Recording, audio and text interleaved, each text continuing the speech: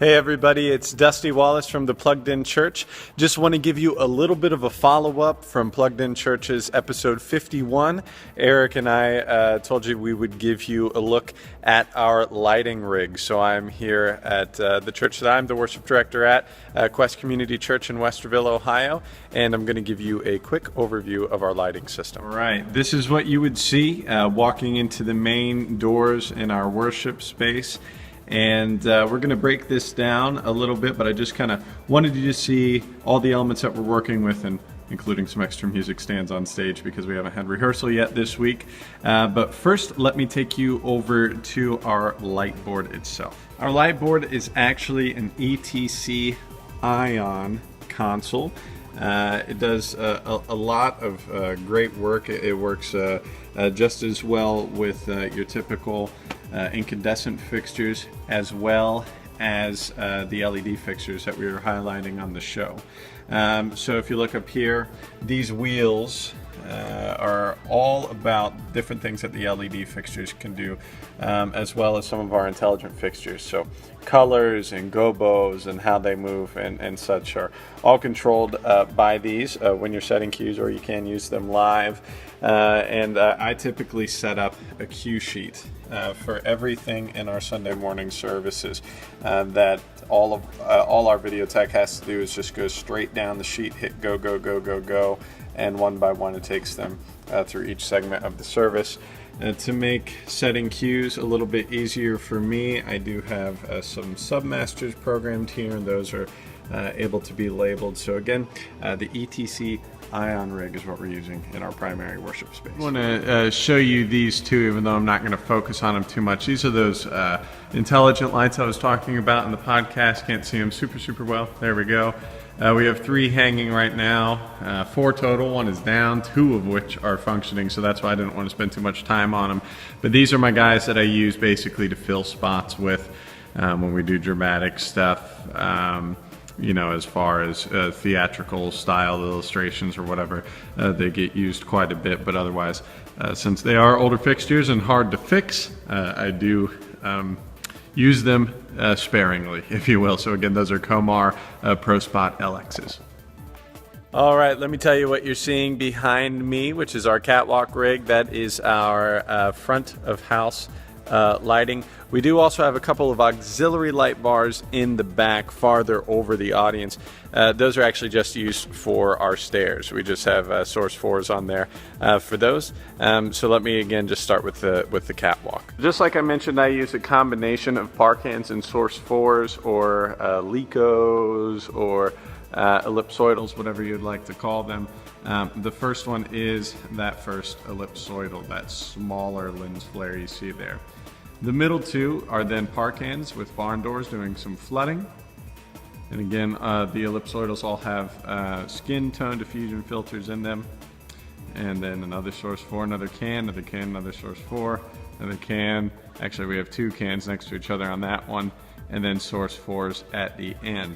So for those of you who are real big lighting guys, you might see that they're a little uneven. That's some of the shape of the stage, and also which dimmer packs we have that are coupled, that make individual lighting a little bit of a challenge.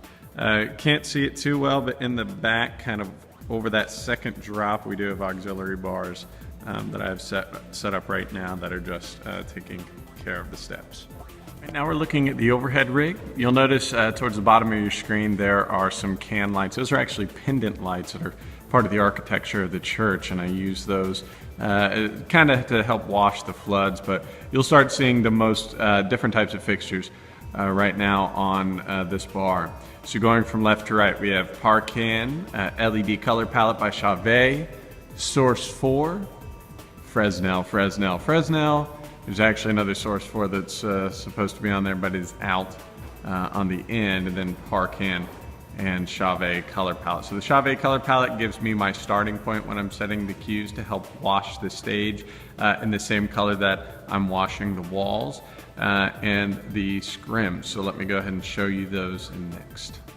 Probably noticed in the first, or the earlier clip rather, that there is 2 sets of scrims on stage, and we actually made these some 2x4s and some nice white cloth from Joann's. But what we have in them is actually just a Chauvet color strip. Same idea, 3-bank. Now it's queued up to give light purple. And then on the back we actually have some particle board that's coated in like a white lacquer, and you could get that at Home Depot, and it helps reflect the light. And then the strip is actually down at the bottom, so we have it able to move, so we could adjust the DMX channeling if we need to. Supported by one center leg, and you can't tell because of the kungas, but there is a weight on it to counterbalance, and it's the same setup that's over on this side. While I'm at it, I'm just going to go ahead and keep on going and show you some of the extra fixtures that we have, if you will. Extra was not a good choice of words, but you know what I'm talking about. Back behind those wooden pallets, there is a little bit of storage, and I do have another color strip shooting up the wall there. And then over our baptismal, like I told you in the podcast, we have just kind of some crazy catacombs and ceiling pieces here. This lamp is actually one of those Edison bulbs that Eric and I were talking about. This was actually used as a pastoral sermon illustration, so that's why it's still sticking around with us for the rest of this sermon series. Here in the back of the wood panels, this is probably one of my favorite things we've done in the last year is add these. And again, we built these panels ourselves, built them like flats, and did just like a nice cherry finish on them. And then all that's on here, just some clip lamps. On each one of these, just some clip lamps shining down, give it some architectural lighting. You'll see that there's a par can hanging up there that actually shines down into our baptismal. And there's a few channels up there that I've dropped cables down. You'll see running down the wall that control these lights, and also the lights in the drum cage. So up here we have a clip light that you're getting the lens flare from right now, and at the bottom you'll see a couple of can lights actually shining up on the kit, and so that keeps it nice and bright. And all those lamps in the drum cage are on one channel. Everything that's on the wood panels is on one channel. Edison bulbs on one channel. I also have a couple of just Edison plug Parkin lamps on top of these aluminum beams to give some backlighting. And you can see my preview screen back there. But that's all I do. I take the LED lights to help match what we have going on. And you'll notice too above the baptismal, I like to use architectural lighting if you have it. And just try to give it a good palette and match it with your backgrounds in Pro Presenter or Easy Worship or whatever it is that you are using. As always, we want to thank you for listening to The Plugged In Church. If you haven't already done so, you could check out our website at thepluggedinchurch.com. You could catch all of our podcasts and show notes on the website. But if you'd like to catch our podcasts on an actual podcast through iTunes, you could do that simply by searching The Plugged In Church. And again, this video is to accompany episode 51. While you're there, go ahead and click subscribe, give us a rating, and also if you have any feedback for the show, or suggestions for the show, or even some questions that you would like Eric and I to discuss, please send it our way. Again, all that information at thepluggedinchurch.com. Thank you very much, and power to your church.